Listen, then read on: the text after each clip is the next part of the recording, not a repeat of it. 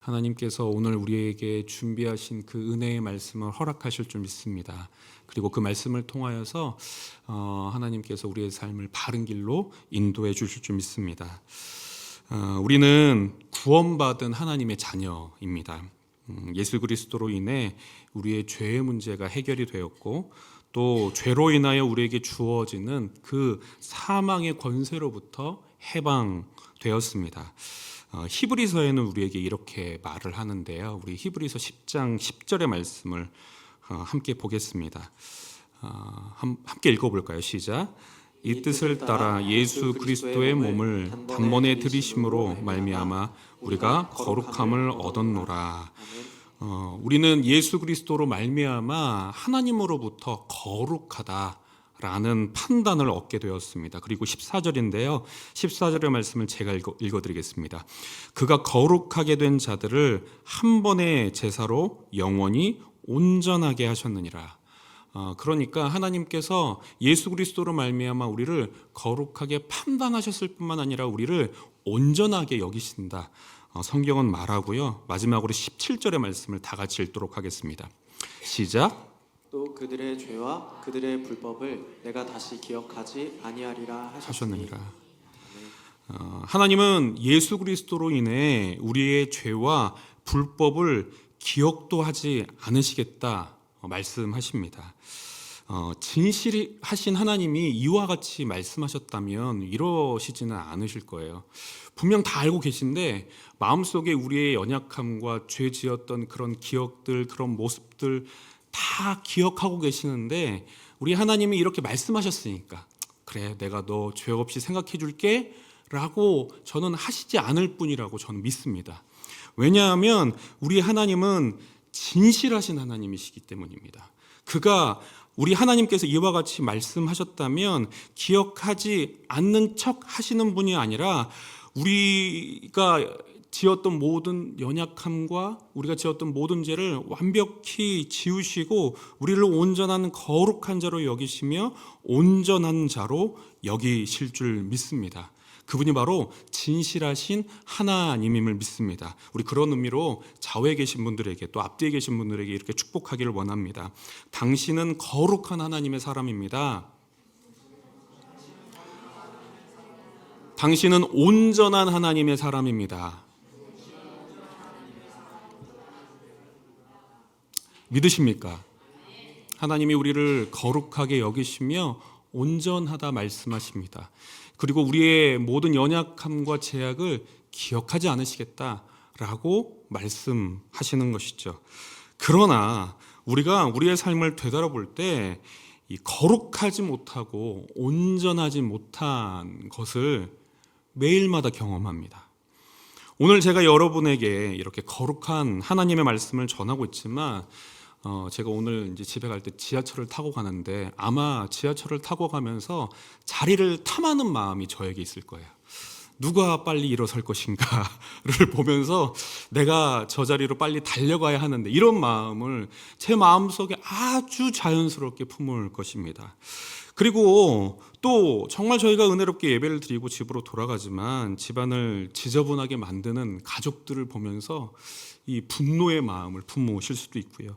또 내일이 되면 바쁘고 귀찮아서 이 말씀을 보고 기도하는 시간을 잊거나 미룰 수도 있는 것이 우리의 모습임을 경험합니다. 경험하면서 살아왔고 또 오늘도 경험하고 있으며 또 내일도 그럴 것입니다. 그리고 우리 안에 있는 이와 같은 연약함으로 인해, 죄된 모습으로 인해 하나님과 단절감도 느끼곤 하는 것이죠. 우리가 우리의 삶을 볼 때 이렇게 금방이라도 확인할 수 있는 것은 무엇이냐? 바로 거룩하지 못하고 온전함과는 거리가 있는 우리의 삶인 것입니다. 이것은 어찌 된 일일까요?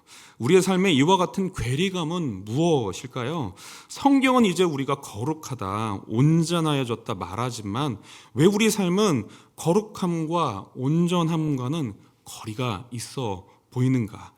우리는 이 땅에서 어떻게 살아가야 하는가? 오늘 본문은 우리에게 그 길을 보여주고 있습니다. 먼저 우리가 읽은 성경은 우리가 읽은 본문은 크게 두 부분으로 나눌 수 있습니다. 먼저는 5절이고요. 그 다음은 나머지 6절부터 10절의 말씀입니다. 먼저 5절은 요한 1서에 있어서도 정말 중요한 신학적인 선언입니다. 그 선언의 내용이 무엇이냐면 하나님은 빛이시다. 그에게는 어둠이 조금도 없으시다라는 선언이고요. 그리고 나머지 6절부터 10절은 5개의 조건절이 등장합니다. 그 내용이 무엇이냐면 만약 A이면 B인 것이다. 만약 내가 노동자였다면 오늘 쉬었을 것이다. 만일 내가 노동자인데 오늘 쉬지 않았다면 거짓말을 하는 것이다. 물론 거짓말과 같은 삶을 사시는 분들이 오늘 계시더라고요. 노동자임에도 불구하고 노동절인데 쉬지도 못하는 분이 계실 텐데 어쨌든 그 조건과 어떤 조건과 그에 대한 하나님의 판단이 한 절을 이루게 됩니다. 그리고 이 조건절에서는 요한 1서에 3가지 핵심 주제가 있는데요. 죄, 그리고 기독론, 그리고 사랑에 대해서 다루는데 오늘 우리가 읽은 이 본문은 죄에 대해서 다루고 있습니다. 그럼 저희가 한 절 한 절 한번 살펴볼까요? 먼저 5절의 말씀입니다. 우리 5절의 말씀을 다 같이 한번 읽어보도록 하겠습니다. 시작. 우리가 그에게서 듣고 너희에게서 전하는 소식은 이것이니 하나님은 빛이시라. 그에게는 어둠이 조금도 없으시다는 것이니라. 요한 1서의 저자는 선언하고 있습니다. 하나님은 빛이시다. 우리 하나님은 어둠이 조금도 없으시다라고 선언을 하고 있습니다. 이 선언은 자연세계의 빛과 어둠의 대조를 사용하여서 하나님을 설명하고 있는 것입니다. 다들 아시겠지만 이 빛이라는 것은 하나님께서 만드셨죠. 그리고 이 빛은요, 이 하나님께서 만드신 우주 만물 중에 가장 첫 번째로 만드신 매우 근본적인 속성임은 우리는 알 수 있습니다. 창세기 1장 3절에서 5절의 말씀을 보면 이렇게 기록이 되어 있는데요. 하나님이 이르시되 빛이 있으라 하시니 빛이 있었고 빛이 하나님이 보시기에 좋았더라. 하나님이 빛과 어두움을 나누사 하나님이 빛을 낮이라 부르시고 어둠을 밤이라 부르시니 저녁이 되고 아침이 되니 이는 첫째 날이라. 하나님께서 세상을 창조하실 때 바로 첫날 하신 일이 무엇이냐? 바로 빛을 창조하신 것이죠. 우리가 여기서 생각해야 할 것은 무엇이냐면 하나님께서 이 세상을 만드실 때 첫날에서 창조하신 것은 빛과 어둠이 아니라는 것입니다. 빛을 창조하셨다는 겁니다. 그리고 어둠은 빛을 창조함으로 자연스럽게 그 대조로 생겨난 것이죠. 빛이 있을 때는 낮이라 하나님은 부르시고 빛이 없을 때는 어둠이며 곧 밤이라 부르는 것입니다. 만약 하나님께서 이 빛과 어둠을 보시고 이 빛과 어둠을 동등한 의미로 혹은 동등한 위치로 창조하셨으면 하나님께서 이렇게 표현을 하셨을 겁니다. 하나님이 빛과 어둠을 보시고 하나님이 좋았더라라고 성경은 기록하겠죠. 그러나 1장 4절의 말씀을 보면 하나님은 빛이 하나님이 보시기에 좋았더라라고 성경은 기록하고 있는 것입니다. 이처럼 하나님이 빛을 보시고 좋았다 평가하신 것처럼 빛은 우리에게 참 좋은 것입니다. 빛은 생명을 주기도 하고 이 빛은 생명을 유지하기도 합니다. 또 빛은 생명을 어둠 속에서 사는 것보다 훨씬 쾌적하고 안전하게 만듭니다. 왜냐하면 감추인 것을 드러내기 때문입니다. 제가 군인이었을 때 이 시가지 전투를 위한 훈련을 했던 적이 있습니다. 한밤중이에요. 한밤중에 사람이 인공적으로 만들어 놓은, 실제로 사용하는 것은 아니고요. 군부대 안에 이제 인공적으로 만들어 놓은 이 지하 하수도 같은, 그러나 이제 사람이 걸어 다닐 수 있는 크기의 이 하수도를 이제 걸어가는 그런 훈련을 했습니다. 그런데 이제 완전히 빛을 차단했더라고요. 완전히 빛을 차단해서 아무것도 보이지 않았는데요. 말로는 이게 별것 아닌 것 같이 느끼실 수 있겠지만 빛을 아주 없애버리니까요. 정말 그 안에 들어가 봤더니 정말 아무것도 안 보이더라고요. 그러니까 빛이 조금이라도 있으면 그 빛 때문에 이 사물의 윤곽이 생겨서 빈 공간과 또 채워진 공간에 이 이해를 주고, 그래서 이 빈 공간으로 안전하게 걸어갈 수 있도록 우리를 돕지 않습니까? 그런데 빛이 아무것도 없으니까, 빛이 없으니까 그 어떤 것도 인식할 수 없게 되는 것을 경험했습니다. 저의 눈이 정말 무용지물이 되는 것을 경험했는데요. 제 인생에서 가장 저의 눈이 쓸모없어진 순간이 아닐까 생각이 들 정도였습니다. 당연히 저는 저의 감각은 소리 혹은 냄새, 손의 촉각, 발바닥으로 디디는 그 느낌을 굉장히 예민하게 이제 생각을 하면서 앞으로 걸어가게 됐는데요. 이런 경험이 처음이다 보니까 너무 혼란스러웠고 정말 길을 찾을 수가 없었고 제 주위에 무엇이 있는지 모르니까요.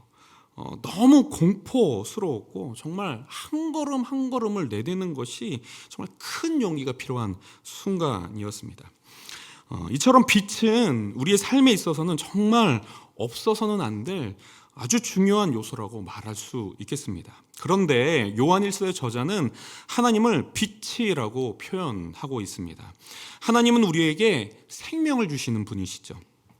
이 세상이 존재하지 않았을 때, 또 우리가 존재하지 않았을 때 하나님께서는 이 세상을 창조하셨으며 우리를 존재하게 하셨습니다. 뿐만 아니라 우리가 죄로 인하여 사망에 처하였을 때 우리를 불쌍히 여기셔서, 우리를 긍휼히 여기셔서 생명을 허락하셨죠.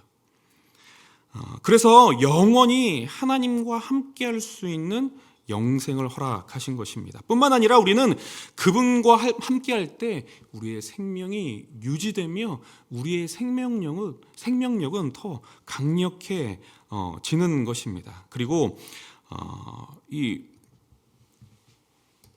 빛이 되시는 하나님과 함께 살아갈 때 어두운 이 세상에서 진리의 빛을 소유하게 되고 이 어두운 세상에서 안전하고 바른 길을 갈 수 있게 되는 것이죠. 이처럼 요한일서와 또 요한복음 그리고 여러 성경에서 하나님을 빛으로 묘사하는 것은 하나님을 이해함에 있어서 아주 효과적인 설명이라고 말할 수 있습니다. 뿐만 아니라 빛은 어둠과 공존할 수 없는 것을 성경은 우리에게 가르치고 있습니다. 저는 음식을 참 좋아하는데요. 음식을 좋아하는 분들이 대부분 이 소스를 좋아합니다. 이제 음식과 같이 곁들일 수 있는 이 소스를 좋아하는데, 특히 이제 제가 마요네즈, 케찹을 좋아하는데 이 마요네즈와 케찹을 같이 섞어서 그 옛날에 이 통닭을 사면 줬던 그 양배추에다가 이렇게 사라다라고 했잖아요. 예전에는 그렇게 섞어 먹는 것을 참 좋아했는데, 이 마요네즈와 케찹이 섞였을 때는 저는 그 어떤 것도 그 두 존재가 자신을 잃지 않고 자신의 존재감을 드러내는 것을 저는 경험합니다. 마요네즈의 고소함과 이 케찹의 이 상큼함을 잃지 않고 굉장히 조화롭게 맛을 유지하는데, 그런데 이 빛과 어둠은 이 마요네즈와 케찹과는 정 다르다는 것이죠. 빛이 있으면 어둠은 완전히 사라져 버립니다. 빛이 존재하면 어둠은 설 자리를 잃어버리는 것입니다. 이처럼 성경은 빛과 어둠의 관계를 사용하여서 여러 진리들을 설명하고 있습니다. 거룩과 악함, 의로움과 죄, 사랑과 미움, 생명과 사망, 하나님과 함께하는 삶, 하나님과 함께하지 못하는 삶, 그리고 천국과 지옥 등을 이 빛과 어둠의 비유로 우리에게 설명하고 있는 것입니다. 그래서 이 빛은 기준이신 하나님을 표현한다라고 말할 수 있습니다. 오직 하나님만이 참된 의이시고 사랑이시며 생명이시기에 하나님은 절대적인 빛이신 것이죠. 그리고 절대적인 빛이신 하나님께서 이 악한 세상에 드러나셨을 때 모든 그 악함과 불의함이 밝히 드러날 수밖에 없는 것입니다. 그리고 우리가 결정적으로 잊지 말아야 할 것은 무엇이냐면 우리가 바로 하나님의 형상을 따라 창조되었다는 것입니다. 하나님의 그 아름다우신 성품을 따라 창조되었다는 것입니다. 비록 타락해서 그 아름다운 모습을 잃어버리기는 했지만 빛이신 하나님과 우리가 함께 살아갈 때 우리는 자연스럽게 그 아름다운 빛이신 모습을 회복하는 것이며 절대적인 빛이신 그 하나님 앞에 우리는 조금씩 더 닮아갈 수 있는 것입니다. 때문에 우리는 빛의 속성에 대하여서 공부해 볼 필요가 있습니다. 그리고 빛과 하나님의 관계에 대해서 묵상해 볼 필요가 있는 것입니다. 그럴 때 우리는 하나님에 대해서 더 깊게 이해할 수 있는 것이죠. 이처럼 이 하나님에 대해서 정말 놀라운 선언을 하고 있는 5절을 기억하시면서 6절과 7절을 함께 살펴보도록 하겠습니다. 먼저 6절의 말씀을 저희가 한번 읽어볼까요? 함께 읽겠습니다. 시작. 만일 우리가 하나님과 사귐이 있다 하고 어둠에 행하면 거짓말을 하고 진리를 행하지 아니함이거니와. 먼저 6절만 먼저 보도록 하겠습니다. 6절에서는 이런 조건절이 있습니다. 만일 우리가 하나님과 사귐이 있다고 하면서 어둠 속을 걷고 있으면 하나님은 그것을 어떻게 평가하시냐? 걷고 있다고 말하고 있으면 거짓말을 하고 있는 것이며 진리를 행하고 있지 않는 것이다 평가하신다는 것이죠. 여기서 이 어둠이라는 것은 아까 말씀드렸던 것처럼 빛과 반대되는 개념으로 이해를 하시면 되고요. 그리고 여기서 행하다, 어둠 속에 행하다라고 말했을 때는 헬라어로 이 단어가 주위를 걷다 혹은 두루두루 다니다라는 의미를 가지고 있고 그 또 이스라엘 백성들에게 걷는다라고 하는 그런 표현은 그저 걷는 것만을 의지하는 것이 아니라 사람이 살고 행동하는 방식을 가르칩니다. 그러니까 이 어둠 속에서 행한다라는 것은 어둠 속에서 살아간다. 어둠을 선택해서 살아간다. 그러니까 하나님과 사귐이 있다고 하면서 하나님과 정반대의 삶을 살고 있으면 하나님이 기뻐하시는 삶과 정반대의 삶을 살고 있으면 그 사람은 거짓말을 하고 있는 것이요 진리를 행하고 있지 않는 것이다 말하고 있는 것입니다. 6절 말씀을 이어서 한번 읽어보도록 하겠습니다. 시작. 7절의 말씀입니다. 그가 빛 가운데 계신 것 같이 우리도 빛 가운데 행하면 우리가 서로 사귐이 있고 그 아들 예수의 피가 우리를 모든 죄에서 깨끗하게 하실 것이요. 조건절에 하나님이 빛 가운데 계신 것처럼 우리도 빛 가운데 행하면 우리가 하나님과 사귐이 있는 것이고 그 아들 예수 그리스도의 피가 우리를 모든 죄에서 깨끗하게 하실 것이다. 말씀하고 있는 것입니다. 여기서 우리가 빛 가운데 행한다는 것은 과연 어떤 의미일까요? 여기서 빛 가운데 행한다는 것은 빛이신 하나님께서 우리에게 가르쳐 주신 바른 삶을 살아가는 것을 의미합니다. 하나님께서 성경을 통해 우리에게 가르쳐 주신 의로운 삶을 살아가는 것을 의미합니다. 그러니까 여기서 조심해야 하는 건 완전히 우리가 거룩하여졌다, 완전히 우리가 의로워졌다는 것은 아니지만 성화의 과정을 겪고 있다, 의로움으로 향하고 있다라고 이해하셔야 한다는 것이죠. 저희는 오늘부터 사도행전을 묵상하고 있습니다. 큐티를 이제 하고 계시면 아실 테지만 오늘부터 사도행전을 묵상하고 있는데요. 오늘 본문에서 예수님과 예수님의 제자들이 등장을 하죠. 예수님은 제자들에게 무엇을 해야 하는지 하나님의 뜻을 가르쳐 주신 후에 바로 승천을 하셨습니다. 그런데 제가 이전에는 그런 생각을 해보지 않았는데 이런 생각이 들더라고요. 그 당시 제자들이 예수님이 승천하실 것을 알고 있었을까? 예수님이 승천하신 후에 예수님 없이 온 세상에 복음을 전하는 그 미션을 수행해야 할 것을 알고 있었을까? 어떠셨을 것 같으세요? 저의 생각으로는 모르고 있지 않았을까? 갑자기 불현듯 예수님께서 이제 제자들에게 이 가르치실 내용들을 말씀하시고 하늘로 올라가신 것 아닌가 생각을 합니다. 저라면 이 제자들이 이 때를 굉장히 완벽한 때라고 이해했을 것 같습니다. 예수님이 십자가에서 죽으시기 전보다 부활하신 후가 좀 더 완벽한 때라고 생각했을 것입니다. 왜냐하면 예수님이 죽음에서 살아나셨기 때문이죠. 그리고 부활하신 예수님이 지금 자신들과 함께 계시기 때문이죠. 이 예수님이 만약 부활하신 그 몸으로 빌라도를 만나고 그 이스라엘의 종교 지도자들을 만나고 이스라엘 백성들을 만나면 더할 나위 완벽한 상황 아니겠습니까? 그렇지 않습니까? 하나님께서 이루기 원하신, 본인들이 생각했을 때 메시아의 신 예수님께서 좀 더 완벽하게 일하실 수 있는 그런 상황을 만들 수 있지 않나, 그런 생각을 했을 것 같은데요. 그런데 예수님의 계획은 제자들의 생각과는 달랐습니다. 예수님이 십자가에 달려 돌아가실 때도 여러분 마찬가지 아니었습니까? 예수님은 제자들에게 자신이 십자가에서 죽으실 것을 미리 가르쳐 주셨죠. 그러나 제자들은 결코 이해하지 못했습니다. 그것이 무엇인지, 정말 예수님이 십자가에 달려 돌아가실 것인지 이해하지 못했습니다.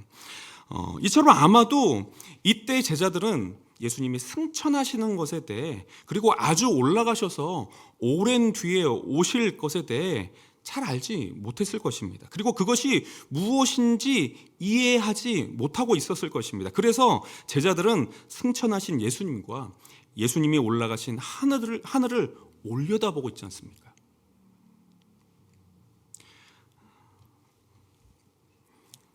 그러나 예수님은 어떻게 행하셨는가? 제자들을 두고 그저 하늘로 올라가셨습니다. 성경을 보면 참 재밌는 것은 부활하신 예수님은 의도적으로 자신을 세상에 나타내지 않으신 것을 볼 수가 있습니다. 자신의 제자들에게만 나타나셨음을 우리는 볼 수 있습니다. 빌라도에게 좀 나타나셨으면, 또 제사장들에게 막 벽을 통과하시면서 나타나셨으면 제자들의 미션에 얼마나 큰 힘이 됐을 것입니까? 그런데 예수님은 그러시지 않으셨죠. 오로지 자신의 제자들에게만 나타나셨으며 제자들과만 함께 하셨던 것입니다. 그리고 예수님은 그저 하늘로 올라가셨죠. 이처럼 예상치 못한 상황에 처한 제자들은 어떻게 행동을 하는가? 예수님이 십자가에서 돌아가셨을 때와는 아주 다르게 행동을 합니다.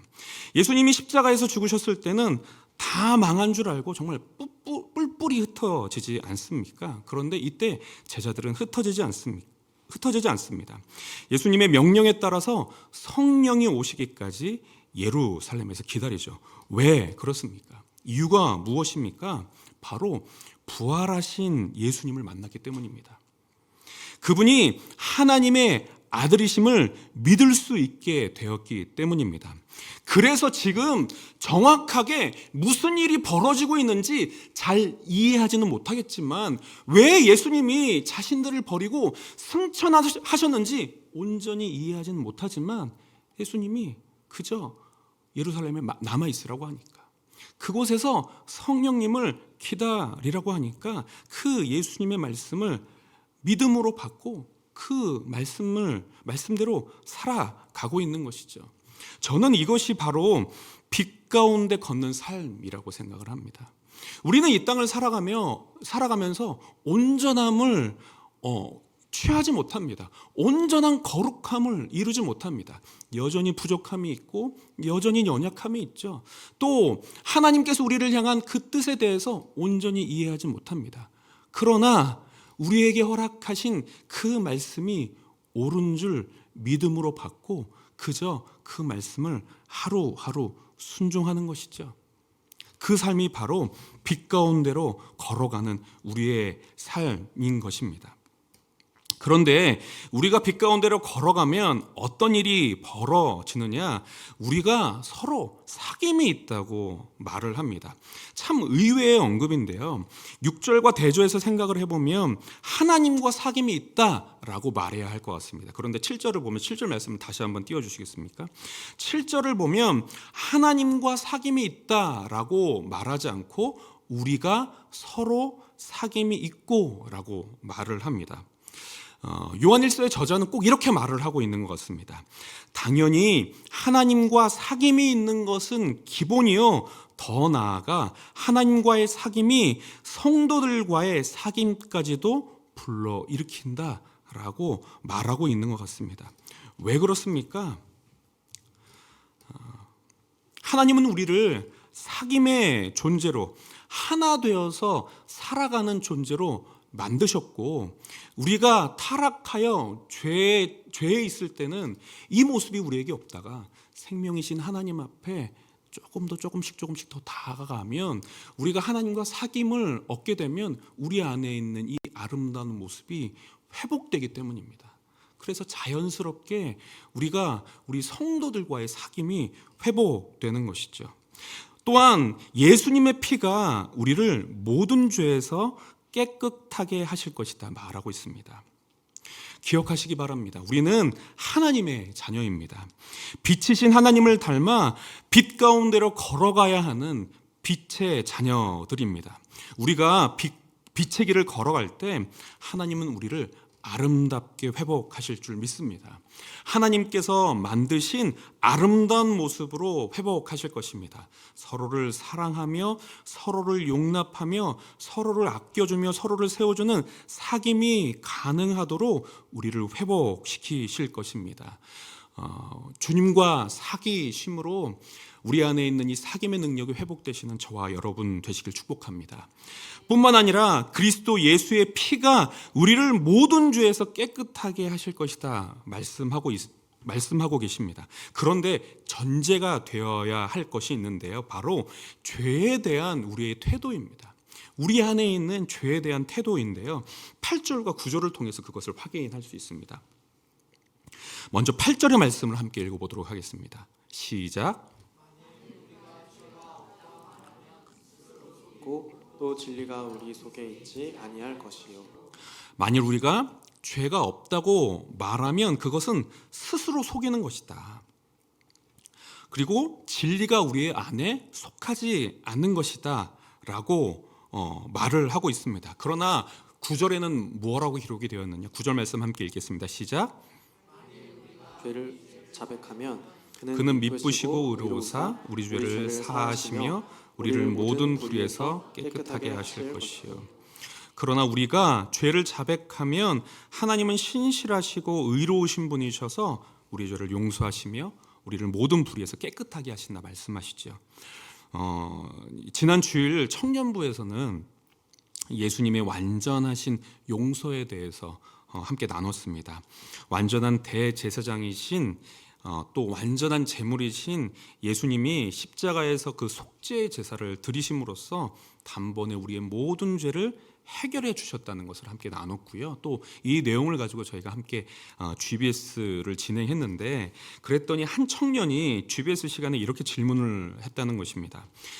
뭐라고 질문을 했냐?